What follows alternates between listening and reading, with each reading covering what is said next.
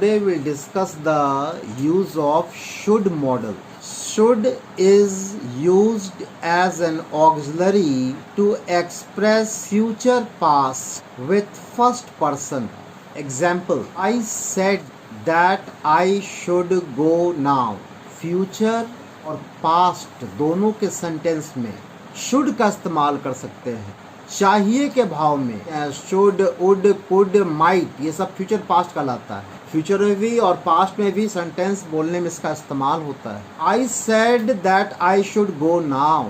आप देखिए first person लगा हुआ है कि नहीं, आई लगा हुआ है, सेंटेंस सेड है। सेड क्या कहता है? पास्ट। इनडायरेक्ट नरेशन में शुड का प्रयोग फर्स्ट पर्सन के साथ पास्ट में लगता है चाहिए के भाव में। आई सेड मैं कहा था कि आई शुड गो नाउ, अब मुझे जाना चाहिए, अभी मुझे जाना चाहिए। सेकेंड रूल बहुत सिंपल है। Should is also use to express advice और सजेशन। एडवाइस में सलाह। Example, You should work hard to get success in life. Should is used to express obligation. जवाबदेही, जिम्मेदारी, किसी को बतलाना है, समझाना है। Example, he should take care of his health. साफ दिखाई पड़ रहा है। ही को क्या कह रहे हैं कि तुम्हें अपने स्वास्थ्य की केयर करना चाहिए, हमारी जिम्मेदारी है। Should is used after the word lest. लेस्ट का मीनिंग लिख लीजिए हिंदी में, नहीं तो, ऐसा ना हो कि। ट्रिक क्या है? एग्जाम में लेस्ट आ जाए शब्द, LEST। Walk fast lest you should miss the train. तेज चलो नहीं तो ट्रेन छूट जाएगी। I hope your doubt is clear regarding the use of should. Now come to the use of would. Would is used to express future past with second and third person. Would का meaning क्या होता है? I would go to Patna. मैं पटना जाऊंगा, गा के भाव में। एग्जाम्पल लिखिए, क्लियर होगा। She said that she would help me in trouble. कौन सा पर्सन सब्जेक्ट है? सेकेंड और थर्ड पर्सन की बात हो रही है। She थर्ड पर्सन है। फ्यूचर पास्ट, पास्ट का सेंटेंस या फ्यूचर सेंटेंस चाहिए के भाव में बनाना है, गा के भाव में बनाना है। She said that she would help me in trouble. वह मुझसे कही थी कि वह मुझे ट्रबल में मदद करेगी। गी, गा का भाव। जहाँ said लगा हो, आई के साथ लगाएंगे should, लेकिन थर्ड और सेकंड पर्सन के साथ लगाएंगे would. She said that she would help me in trouble. वह मुझसे कही थी, वह मुझे मदद करेगी, ट्रबल में करेगी। यानी would का प्रयोग गागेगी के भाव में, लेकिन सेंटेंस है said से। पास्ट का सेंटेंस, फ्यूचर की बात, इसलिए नाम क्या पड़ा should would का? Future past. would is used to express determination.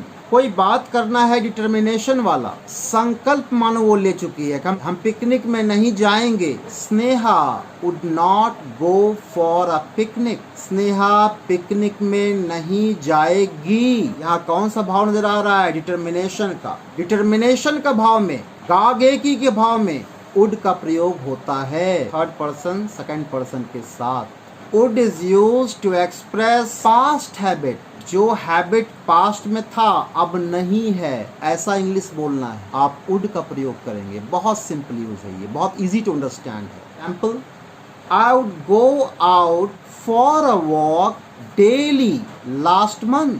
क्या मीनिंग हुआ? लास्ट मंथ मैं वॉक पे जाया करता था। आपको कोई भी बात बताना है जो पास्ट हैबिट था अब नहीं है, would लगाइए। I would go for a morning walk daily. मैं मॉर्निंग वॉक पे जाया करता था डेली, अब नहीं जाते। I would shout at trivial things. मैं मामूली बातों पे चिल्लाया करता था, ट्रिवियल मतलब मामूली, अब नहीं करते हैं। पास्ट हैबिट, पास्ट हैबिट वाला सेंटेंस अगर जीवन में बोलना है, लिखना है, would लगाइए। I would study 4 hours daily. मैं 4 घंटा पहले पढ़ता था, अब नहीं पढ़ते। Next use, would is used to express preference. What is the meaning of preference? क्या चुनेंगे? बेहतर का चुनाव को प्रेफरेंस कहते हैं।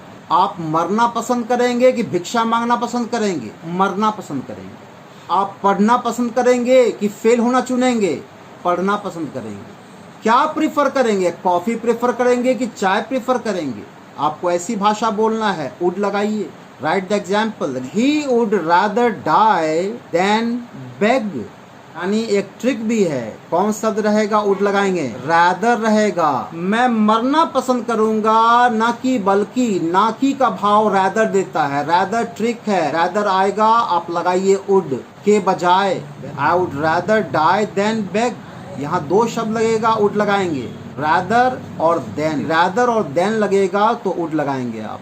ये प्रेफरेंस के भाव में इंग्लिश बोलने के लिए वुड का प्रयोग करेंगे, मॉडल्स वुड का।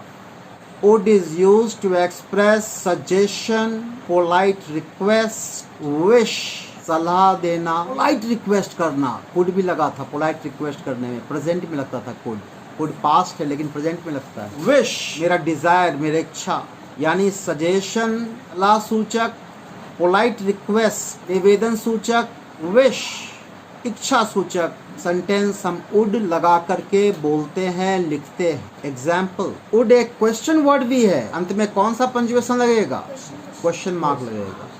वुड से, वुड से, कैन से, मे से, सब में क्वेश्चन मार्क लगेगा, खाली विश वाला में एक्सक्लेमेटरी लगेगा।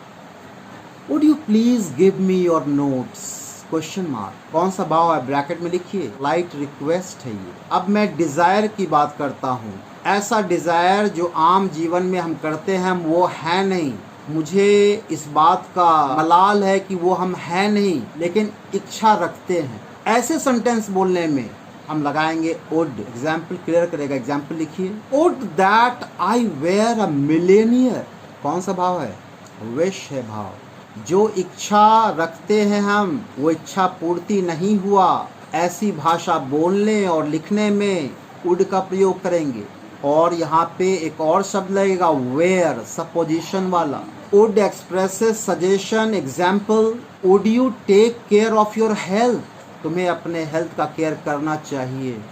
एक और यूज बहुत सिंपल है, would is use to express offer, किसी को ऑफर करना है कि आप चाय पीना पसंद करेंगे, इंग्लिश में बोलना है, वुड से स्टार्ट करेंगे। Would you like to take tea, क्या आप चाय लेना चाहेंगे, ऑफर कर रहे हैं। Would you like to take coffee, would you like to take sweet, कोई घर आया आप ऑफर कर रहे हैं उसको। Next modal, use of must. Must is use to express necessity और ऑब्लिगेशन, जिम्मेदारी का भाव भी आप मस्ट से बोल सकते हैं।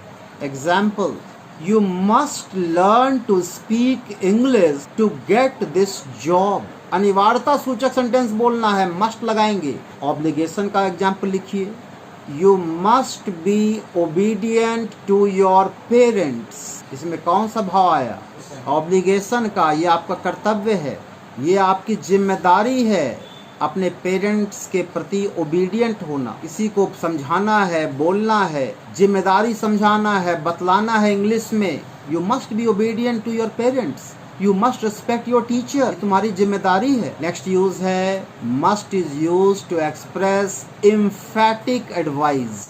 एम्फैटिक मतलब जोरदार, अवश्य, अदरवाइज हानि हो जाएगा, इस तरह का सेंटेंस बोलना या लिखना है। You must attend this meeting, meeting तुम्हें अवश्य अटेंड करना चाहिए, इम्फैटिक एडवाइस। अब कोई डायबिटिक का पेशेंट है, उसको एडवाइस दे रहे हैं, you must go for a morning walk, हो सकता है कि मना कर दे, वो नहीं भी जाए, लेकिन कहे you must go for a morning walk, यह इम्फैटिक एडवाइस है, मतलब नहीं जाओगे तो तुमको बहुत बड़ा हानि हो। नेक्स्ट यूज बहुत मिलता जुलता है नेसेसिटी से, मजबूरी सूचक। Must is use to express compulsion, you must come in proper school uniform, compulsory है, कंपल्सन हियर मीन्स कंपल्सरी, निहायत जरूरी, otherwise will not be allowed to enter the school campus. एक और compulsion, example, you must complete your homework before Saturday, Saturday के पहले compulsory है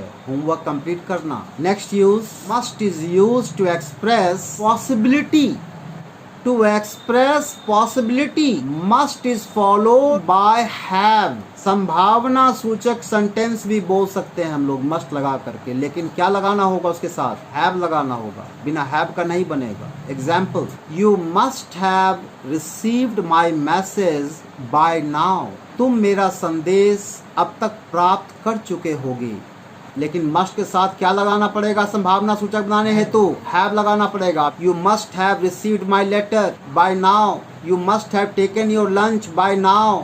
must के साथ हैव लगाना होगा पॉसिबिलिटी व्यक्त करने हेतु।